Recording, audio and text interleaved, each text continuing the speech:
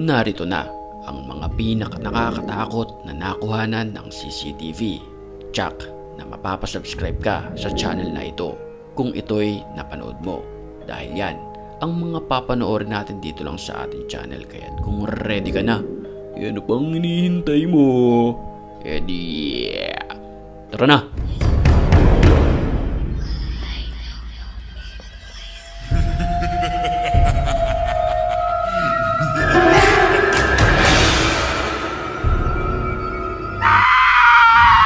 Sa paunang video natin, makikita natin ang lalaki na ito na naglalakad sa bandang kaliwa. Sa kabila naman ay may isa ring lalaki na naglalakad naman sa bandang kanan. Pansinin nating maigi na para bang may isang lumabas na espiritu sa lalaki at lumipat ito sa kabila.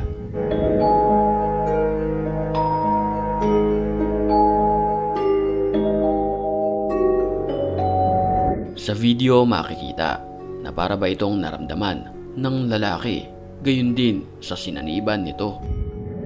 Pagtapos niyan ay naglakad din sila na para bang walang nangyari.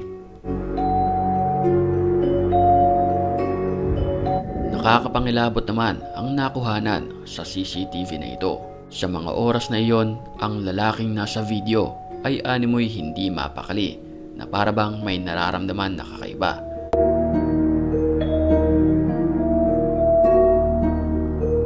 Pagbalik niya mula sa kanyang kwarto ay nakaramdam ito ng panlalamig at nang kanyang reviewin ang CCTV, ito ang kanyang nakita.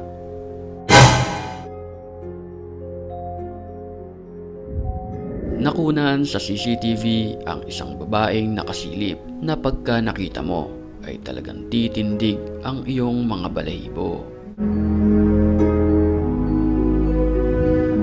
Napakalaking palaisipan naman kung bakit naglaho ang babaeng nakikita sa video.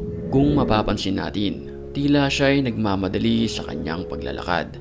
Kasabay niyan, ang pagkakakubli ng isang truck ng basura sa kanya at nang umalis ang truck na ito, ay bigla na lamang nawala ang naglalakad na babae.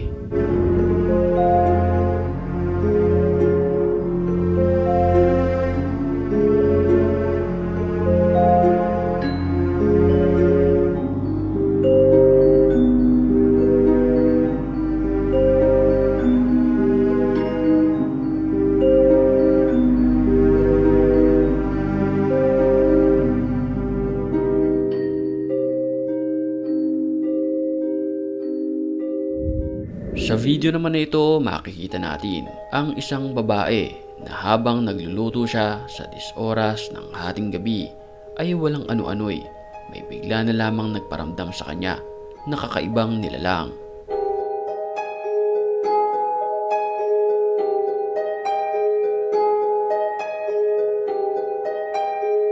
Habang abala ang babae ay may bigla na lamang humila sa kanyang buhok na hindi naman nakita sa CCTV ito. Nung una ay hindi naniniwala sa kanya ang kanyang mga sinabihan na may humila nga ng kanyang buhok sa ganung oras. Pero nang kanilang reviewin ang CCTV ay ito ang nakapagpatindig ng kanilang balahibo dahil biglang umangat ang buhok ng babae at tila hinila ito papuntang kwarto.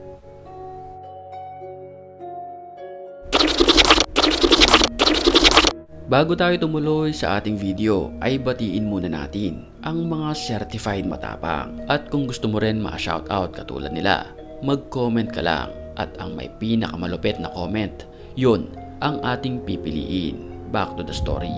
Sa security camera naman na ito na makikita sa video ang isang motorsiklo na ayon sa nag-upload ay namayapa na ang may-ari ng motorsiklo na ito. Ilang oras pa lamang nang makita sa CCTV na ito ay biglang umandar mag-isa.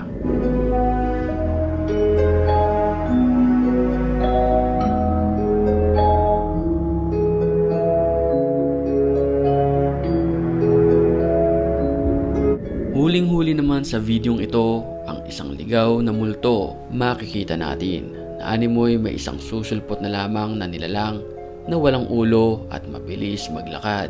Mapapansin din sa video na na para bang naglalaho unti-unti ang nilalang na ito at nang makarating sa pangalawang kotse, dito na siya tuluyan naglaho ng parang bula.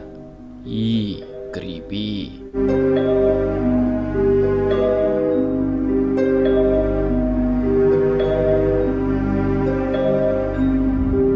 Takang-taka naman ang babae na ito matapos bumukas mag-isa ang isang drawer kung saan wala namang tao sa lugar. Sa mga pagkakataong iyon ay pakiramdam niya ay nagkataon lamang ito, pero bumukas pa ito sa pangalawang pagkakataon na dahilan sa kanyang pagkaripas sa pagtakbo papalabas ng bahay.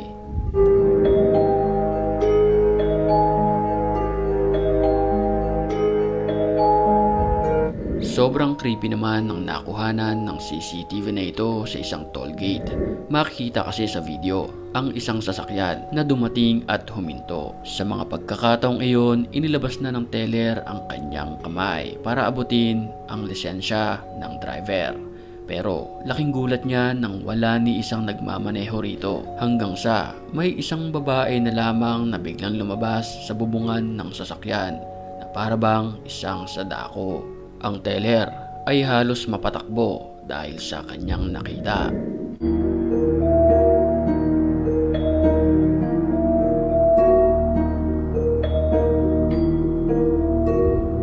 Masayang nanonood ang pamilyang ito ng telebisyon sa kanilang kwarto, kung saan nakunan sa CCTV ang isang paranormal activity. Napansin ito ng nanay. Maya-maya lamang ay may napansin siya na biglang sumilip sa taas ng kanilang pintuan. Dahil sa takot, pinuntahan niya ito pitpit ang kanyang anak.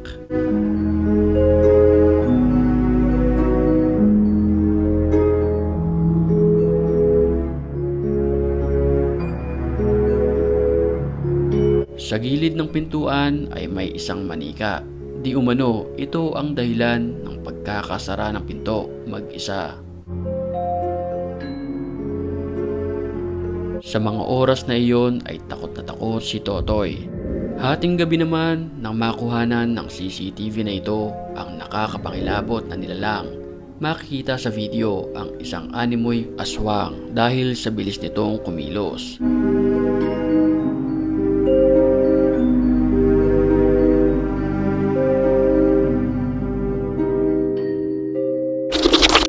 Isang dalagita na animoy isang hayop kung mangagat. May mga nagsasabi na ang babaeng ito ay sinaniban ng espiritu ng hayop. May mga nagsasabi rin naman na ito raw ay isang trip-trip lamang.